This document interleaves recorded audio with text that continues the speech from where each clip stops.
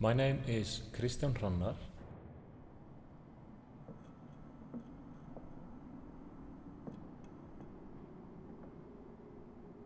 I'm an organist from Reykjavik, Iceland.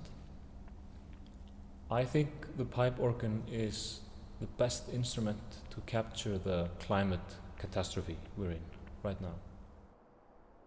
It has always been about something greater than us, whether it's God or in this case the whole planet.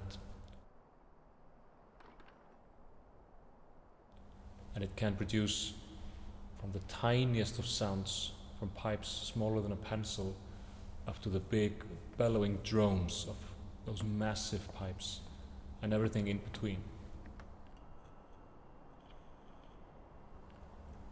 It feeds on air and blows it back out, that we breathe again and breathe out and feed it back into the organ, creating our own ecosystem within the church.